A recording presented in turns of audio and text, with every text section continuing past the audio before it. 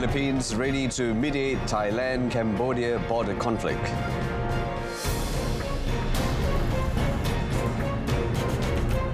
And also, China hits EU with 42.7% tariff on dairy imports.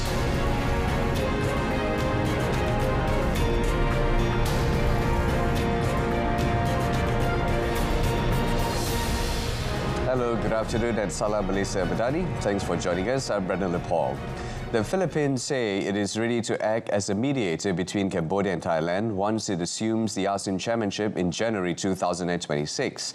The announcement came after ASEAN foreign ministers met in Kuala Lumpur to discuss the ongoing border tensions. Philippine Foreign Secretary Ma Teresa P. Lazaru said the country is prepared to facilitate talks if both sides request the chair's good officers. Meanwhile, Thailand and Cambodia will meet tomorrow to discuss resuming a ceasefire as border fighting enters a third week. Talks will use the established General Border Committee, with Thailand proposing the venue at Chantaburi province.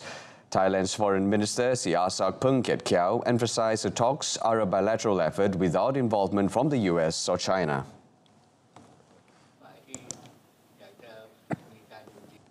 So we will be working towards, and this time, let's trash out the details, make sure that the ceasefire reflects the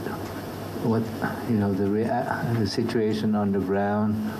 And the ceasefire is one that really holds, and both sides are going to fully respect the ceasefire. Recent clashes have killed at least 80 people and displaced more than 500,000. Sudan's Prime Minister has urged the UN Security Council to back a peace plan calling for a ceasefire and international monitoring of the country's ongoing conflict. Since April 2023, Sudan's army has been fighting the paramilitary Rapid Support Forces, leaving tens of thousands dead and millions displaced. At UN headquarters in New York, Prime Minister Kamil Idris called for a ceasefire monitored by the UN African Union and League of Arab States, along with the withdrawal of rebel forces. The Government of Sudan Peace Initiative is born not from illusion, but from necessity. Secretary Rubio and Senior Advisor Boulos Idris also pledged free elections after a transition period to allow for inter-Sudanese dialogue. Earlier, US-led mediation efforts involving Egypt, Saudi Arabia and the UAE have so far failed to resolve the conflict. Both belligerents to accept this plan without preconditions immediately.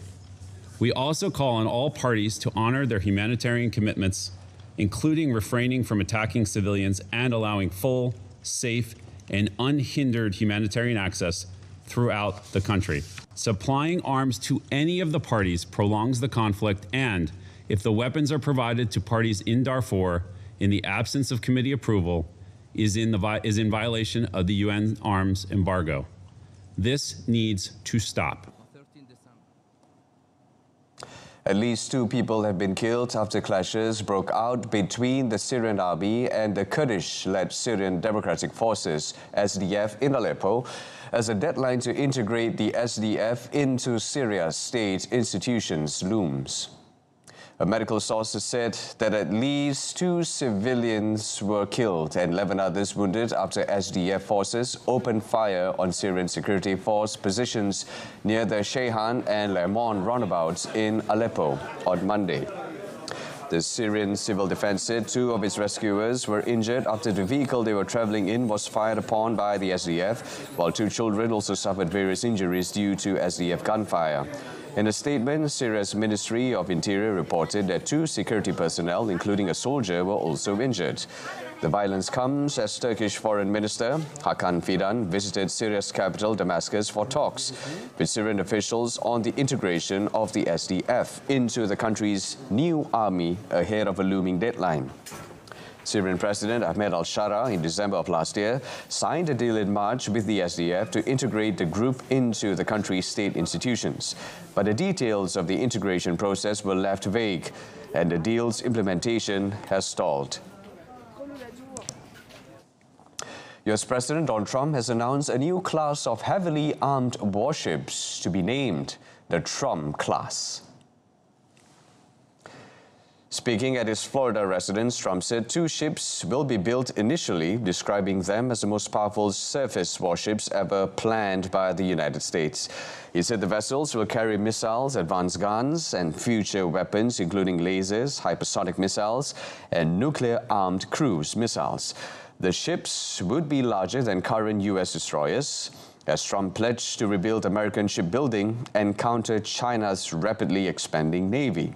Trump said the goal is to ensure the United States maintains the world's most powerful naval fleet. Protesters in Tirana hurled fire bombs at the government building housing Prime Minister Edi Rahman's office, demanding the government's resignation after prosecutors indicted the Deputy Prime Minister for alleged corruption. Political tensions in Albania have escalated in recent weeks after the accusations were made against Deputy Prime Minister Belinda Baluku. Baluku also heads the Ministry of Infrastructure, which manages hundreds of millions of euros in projects such as roads, bridges and tunnels. Baluku, along with several officials and private companies, have been accused of using state funds to favor some companies in major infrastructure projects. The Special Prosecution Office, tasked with combating corruption and organized crime, has requested that Parliament lift Baluku's immunity this week and allow her arrest. As protesters threw fire bombs, police in riot gear protected the government building but did not push back the protesters. A final group of 130 kidnapped Nigerian school children freed by the government on Sunday arrived at Niger State Government House on Monday, ending a month-long ordeal that drew global concern. Buses carrying the children arrived at the government house, and children were seen getting off the buses inside a marquee tent. Children and a teacher were seated in rows after their release. The children were among more than 300 pupils and 12 staff seized from St. Mary's Catholic School in Papiri, a hamlet 7 hours drive from the Niger capital, Minna, on 21st November, in one of the country's worst school kidnappings in recent years. 100 students were released on 8 December, while 50 pupils escaped in the immediate hours after they were kidnapped. The abduction caused outrage over worsening insecurity in northern Nigeria, where armed gangs frequently target schools for ransom. School kidnappings surged after Boko Haram militants abducted 276 girls from Chibok in 2014. It was unclear whether the children were freed through negotiations with their captors or payments to them or in a security raid. Details about the kidnapped staff were also not provided. Meanwhile, an Ecuadorian court has sentenced 11 soldiers to more than 34 years in prison over the forced disappearance of 4 boys in Guayaquil last year. The victims, aged between 11 and 15, went missing during a military operation against organized crime. The boys were last seen after leaving home to play football. Their bodies were later found burned, with autopsies showing signs of abuse. The case has sparked national outrage over the conduct of security forces. A car plowed into a crowd during an annual light parade in Nunspeet, the Netherlands, injuring at least 9 people. 3 of them are in a serious condition. Police detained the driver, a 56-year-old local woman who suffered minor injuries. Police say there is no indication so far that the incident was intentional, and investigations are ongoing. Following the incident, local authorities halted the parade and organizers confirmed it would no longer pass through Nunspeet.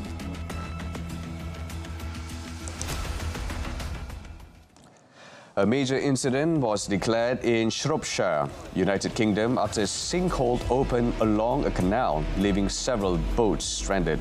Police say 2 narrow boats sank into the sinkhole early Monday, while 2 others were left stuck at the edge as water drained from the canal. Around 50 firefighters were deployed after part of the canal bank collapsed, causing flooding in nearby fields. No injuries have been reported, and police have advised the public to avoid the area and use alternative routes.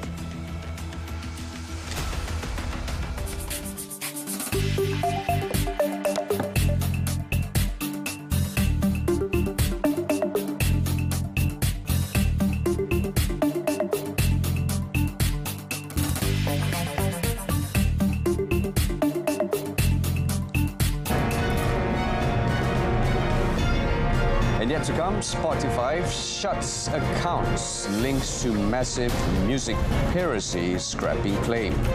Stay with us. China will impose provisional duties of up to 42.7% on certain dairy products imported from the EU after concluding the first phase of an anti-subsidy investigation, widely seen as retaliation for the bloc's electric vehicle tariffs. The tariffs will range from 21.9% to 42.7%, although most companies will pay about 30%, and target products such as milk and cheese, including protected origin brands such as French Roquefort and Italian Gorgonzola. Monday's determination is provisional and could be revised when a final ruling is made. Trade tensions with the EU erupted in 2023 when the European Commission, which oversees the bloc's trade policy, launched an anti-subsidy investigation into Chinese-made electric vehicles. Meanwhile, a spokesperson for the European Commission described the dairy provisional tax imposed by China as unjustified and unwarranted. We are doing everything it takes to defend EU farmers and exporters, as well as the common agricultural policy, against China's unfair use of trade defence instruments. The Commission already took action at the World Trade Organization against China's initiation of this investigation on dairy. As always, the Commission will take all necessary steps to defend the rights of European producers. Beijing has investigated and imposed tariffs on imports of EU brandy, pork, and now dairy, measures seen as retaliatory. France's government will push lawmakers to approve emergency legislation to keep the state running into January after they failed to agree on a 2026 budget, a stopgap measure to avert a shutdown as pressure mounts from investors and ratings agencies. Government spokesperson Maud Brejean said on Monday the special law aimed to give final negotiations a chance.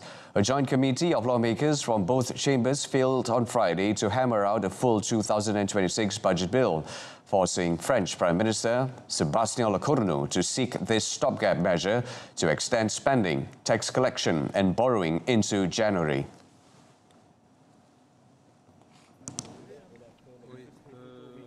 Il est indispensable que la France dispose en 2026 d'un budget dont le déficit de l'ensemble des administrations publiques soit inférieur à 5%. Et donc 5%, c'est vraiment la limite haute. Maud Brejean l'a dit, c'est atteignable, c'est votable. Il faut qu'on prenne le temps des discussions qui n'ont pas été poursuivies. Investors and ratings agencies are scrutinizing France's finances, with the countries running the Eurozone highest budget deficit. Conservative lawmaker Philippe Juvin, who has been steering the 2026 budget through the lower house, said he expected a full text to be passed in early January. Music streaming giant Spotify says it has disabled accounts linked to a piracy activist hacker group that claim to have copied millions of its music files. The group's NS Archive said it had scrapped 86 million Spotify tracks and metadata for more than 250 million songs, describing the effort as a music preservation archive. Spotify said the activity had no impact on users and stressed the accounts involved were engaged in unlawful scrapping. The company says it has introduced new safeguards and is monitoring for suspicious activity. Spotify added it remains committed to protecting artists' rights and fighting piracy.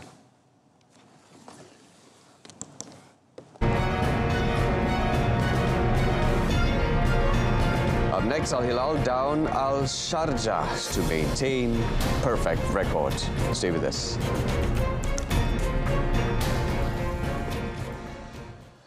The National Sports Council has decided that all 17 sports events for the SEA Games 2027, which Sarawak is co-hosting, will take place in Kuching. State Youth, Sports and Entrepreneur Development Minister Datuk Sri Abdul Karim Rahman Hamzah said Sarawak has been assigned to host 17 sports, the highest among the co-hosting states, and that Sarawak Stadium will host the SEA Games 2027 opening ceremony.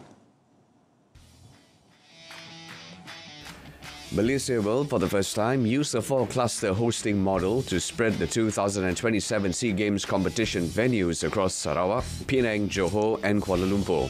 Sarawak will serve as the main cluster, hosting the opening ceremony along with 17 sports, namely aquatics, weightlifting, basketball, bowling, lawn bowls, e-sports, gymnastics, golf, cricket, archery, shooting, Muay Thai, petak, squash, taekwondo, tennis and wushu.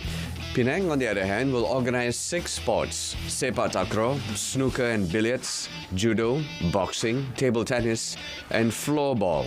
Johor will function as the football hub. Kuala Lumpur will host 14 sports and the closing ceremony, with a program featuring cycling to be held at the National Velodrome in Nilai, while water ski and sailing will be held at the National Sailing Centre in Langkawi.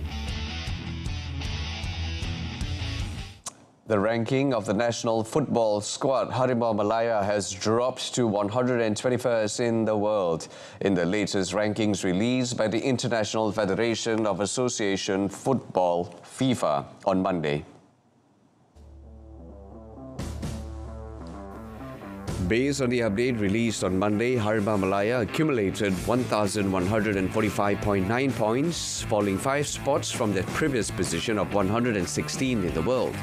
The drop in ranking follows FIFA's decision to annul 2 victories against Singapore on 4th September and Palestine on 8th September, as well as a draw against Cape Verde on 29th May after Malaysia was found to have fielded ineligible players. Consequently, FIFA has declared Malaysia the loser of all 3 matches with a recorded score of 3-0. In addition to the declared defeats, the Football Association of Malaysia (FAM) has also been slapped with a fine of 10,000 Swiss franc, or approximately 51,414 ringgit. Al Hilal of Saudi Arabia defeated Sharjah of the United Arab Emirates 1-0 to remain the only team with a perfect record in the group stage of the AFC Champions League Elite early this morning. Mauco scored for the 4-time champion with 9 minutes remaining, the Brazilian winger firing high into the net from near the penalty spot after a pass from Darwin Núñez. The win made it 6 from 6 games. Already having secured a place in the knockout stages, Al Hilal sits 4 points clear at the top of its 12-team Western Zone group, above Tractor of Iran, which defeated Al Duhail of Qatar 2-1. The top 8 from East and West progressed to the round of 16. Coach Simone Inzaghi promised even more to come after Al Hilal extended its winning streak in all competitions to 14 games. Inzaghi, who led Inter Milan to the UEFA Champions League final in May, said the club's aim is to always make the fans satisfied with the players' performances and improve the team. A proposal to play a Serie A match between AC Milan and Como in Perth, Australia has been cancelled. The league and the government of Western Australia said on Monday due to football sanctions and conditions imposed by the Asian Football Confederation.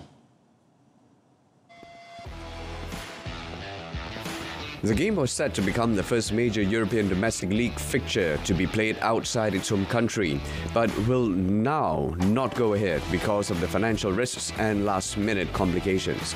The Italian FA approved Serie A's request to move February's fixture due to the San Siro's unavailability as it hosts the opening ceremony of the Milano Cortina Winter Olympics, and UEFA reluctantly cleared the match in October. Along with the practical reasons, Serie A saw the game in Australia as an opportunity to promote its product abroad and believes football should follow the example of other sports such as cycling, NFL and NBA. The plans hit a stumbling block when the AFC first imposed conditions including that it be responsible for appointing match officials, although on 18 December, Serie A had said the situation had been resolved. The Serie A cancellation comes 2 months after La Liga called off plans to play a league match between Barcelona and Villarreal in Miami after criticism and opposition within Spain. In English football, Liverpool striker Alexander Isak faces a lengthy spell on the sidelines after the Premier League champions revealed he had surgery on an ankle injury that includes a fibula fracture. Isak's injury is the latest setback in his disappointing start to his life with Liverpool. The 26-year-old was tackled by Tottenham defender Mickey van de Ven and limped off immediately after his goal. He has scored just 3 goals in 16 appearances since completing his protracted move to Anfield. Isak's absence will be a major blow for Reds boss Arne Slot, with Mohamed Salah at the Africa Cup of Nations and Cody Gakpo not ready to return from a muscle injury until early in the new year. It leaves Slot with Hugo Ekitike, who has 5 goals in his past 4 games, and the little-used Federico Chiesa as his only senior forwards. Isak signed from Newcastle for a British record of £125 million in September, suffered the injury in the process of scoring in Liverpool's 2-1 win at Tottenham on Saturday.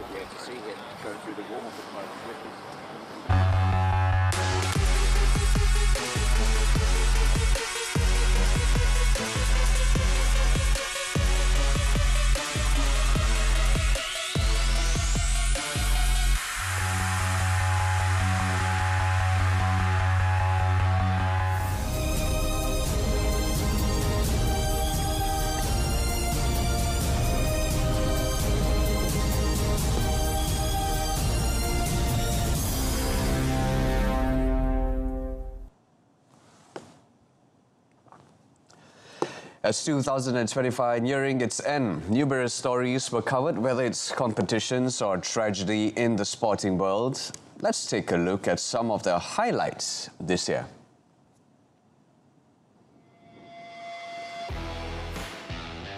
Liverpool won the Premier League title in manager Arne Slot's first season in charge after taking over from Jurgen Klopp. His side secured a record-equalling 20th English title with 4 games remaining, matching Manchester United's English titles record. There was tragedy in the summer break for the club. However, when 28-year-old Portuguese forward Diogo Jota died in a car crash in Spain, alongside his brother, Andre Silva. Chloe Kelly fired the decisive spot kick as England beat Spain 3-1 in a penalty shootout to win the UEFA Women's Euro 2025. Successfully defending the title they won 3 years ago after an enthralling encounter that ended 1-1 after extra time. The final was the first time since the inaugural edition in 1984 that the game was decided by a penalty shootout. Paris Saint-Germain crushed Inter Milan 5-0 to win their first Champions League title and in the process become the first French club to clinch the treble. Désiré Doué scored twice to inspire Luis Enrique's side to their first European Cup triumph. Meanwhile, Chelsea sparked into life in the second half as they came from behind to claim the Conference League trophy with a 4-1 victory over Real Betis. Their revival inspired by the creativity of Cole Palmer. Enzo Maresca's side then went on to win the expanded Club World Cup. Palmer again producing a scintillating first-half masterclass as Chelsea demolished a flat Paris Saint-Germain 3-0 to win a one-sided final at New Jersey's MetLife Stadium. In tennis, rivalry between Jannik Sinner and Carlos Alcaraz continued to see who is the best from new generation. Alcaraz battled from the brink to outlast top seed Sinner in a French Open final for the ages to retain his crown and cement his status as the Prince of Clay in Roland Garros post-Rafa Nadal era. Sinner then defeated Carlos Alcaraz in a high-octane final to claim his maiden Wimbledon trophy and fourth Grand Slam crown. The hard-fought win over the two-times defending champion on the famous lawns of London ensured that Sinner became the first Italian to secure a Wimbledon singles title. Then once again meet in the final, this time for the US Open title where Alcaraz ended the reign of Sinner and tightened his grip on their rivalry. A dejected Sinner was left to contemplate another Grand Slam final loss to Alcaraz this season after coming up short in their French Open epic finale. McLaren's Lando Norris celebrated his first Formula One championship and ended Max Verstappen's four-year reign with a nervy third place at the Abu Dhabi Grand Prix. Norris, who became Britain's 11th Formula One world champion, ended the season with 423 points to Verstappen 421 and Piastri's 410. Ducati's Marc Marquez clinched his 7th MotoGP championship at the Japanese Grand Prix, his first since 2019, when he took an unassailable lead in the World Championship with 5 rounds to spare. Marquez needed to outscore his brother and title contender Aleix of Gresini Racing by 3 or more points by the end of the weekend and finished second behind his Italian teammate Francesco Bagnaia in the race to clinch the title. As we gear up for 2026 and more surprises in store, stay tuned as we continue to cover major sporting events, including the FIFA World Cup, the Commonwealth Games, and more next year.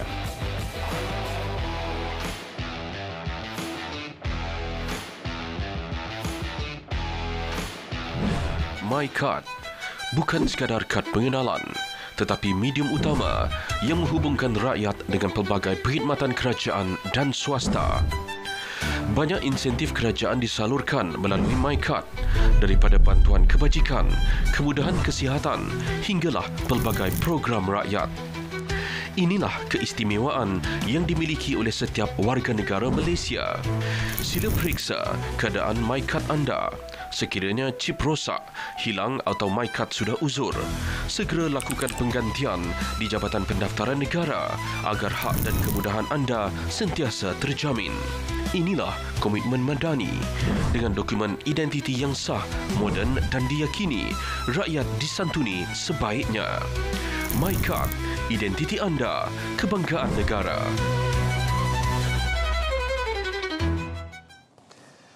That's it on World Today. In our top story, Philippines ready to mediate Thailand-Cambodia border conflict. Till then, I'm Brennan Paul. Salam Malaysia Badani.